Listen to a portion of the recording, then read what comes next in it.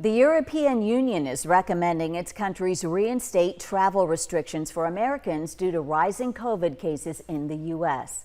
KOLD News 13's Jasmine Ramirez explains what this means for people in the U.S. who want to travel overseas.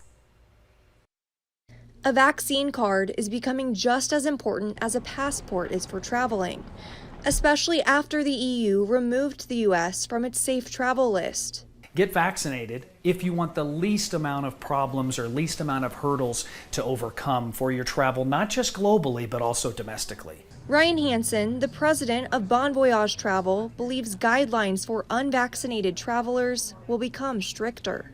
At this stage, all 27 countries in the EU can impose their own protocols, and there is not one protocol that is telling vaccinated passengers they can't travel freely in and out of a country. He says that means each country can create its own rules for quarantining, COVID testing, or even ban travel altogether. I do have people who are supposed to come visit me, so I am worried and I am afraid.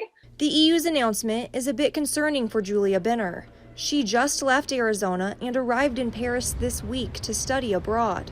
It's crazy trying to keep up with everything, especially with in France too. They have this thing called the Pass Sanitaire, and it's an app basically. And if you want to go into restaurants or bars, you have to have this pass, which is proof of vaccination. She also had to prove she was vaccinated and show a negative COVID test on her arrival to France. I would envision many countries continuing to have a requirement for a vaccine for a number of years, and that may become the norm. He recommends having proof of a recent negative COVID test when you go abroad and researching your destination country as the travel guidelines are ever changing.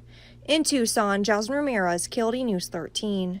The EU bases its safe travel list on a country's COVID infection level. The list is updated every 2 weeks.